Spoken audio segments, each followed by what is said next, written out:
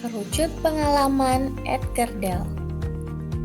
Kenalkan, kami dari kelompok 1, Mutahara, Aulia Oktaviana HS, dan Harun Nisa. Gimana ya sejarah kerucut pengalaman itu?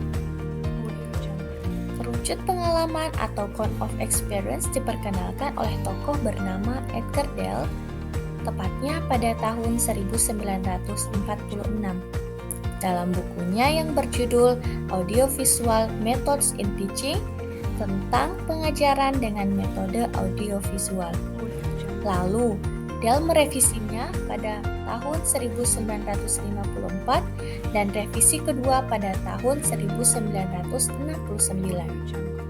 Awalnya, pada tahun 1946, Dell menyebutkan kategori pengalaman sebagai berikut. Yang pertama, pengalaman langsung, pengalaman yang disengaja, pengalaman yang dibuat-buat, partisipasi dramatis, demonstrasi, kunjungan lapangan, pameran, gambar bergerak, rekaman radio, gambar diam, simbol visual, dan simbol verbal. Dell mengklaim bahwa klasifikasinya sederhana dan berkualitas. Oleh karena itu, pada saat itu, guru amat terpikat pada kerucut pengalaman ini karena dapat digunakan sebagai pedoman dalam memilih alat bantu atau media yang digunakan dalam proses pembelajaran. Kira-kira seperti apa ya kerucut pengalaman Edgar Dell itu?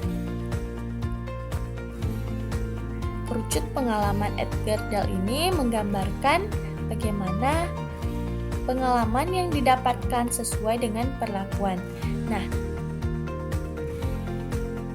dengan presentasi 10% ada kegiatan membaca, 20% kegiatan mendengarkan, 30% melihat gambar atau diagram, melihat video atau film, melihat demonstrasi. Dengan presentasi 50% terlibat dalam diskusi, 70% menyajikan presentasi, dan 90% kegiatan bermain peran, melakukan simulasi, dan mengerjakan hal yang nyata. Dari tingkat keterlibatannya semakin ke bawah, maka semakin nyata atau semakin konkret dari verbal, visual, terlibat, dan berbuat.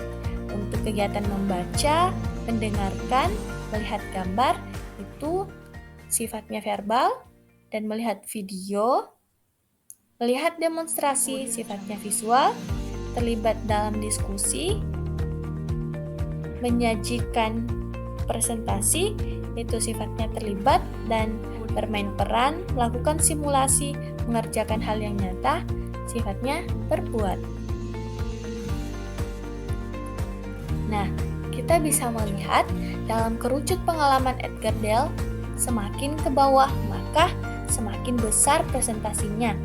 Dalam hal ini dapat disimpulkan bahwa semakin abstrak suatu pengalaman pembelajaran, maka akan semakin sedikit pemahaman yang diperoleh.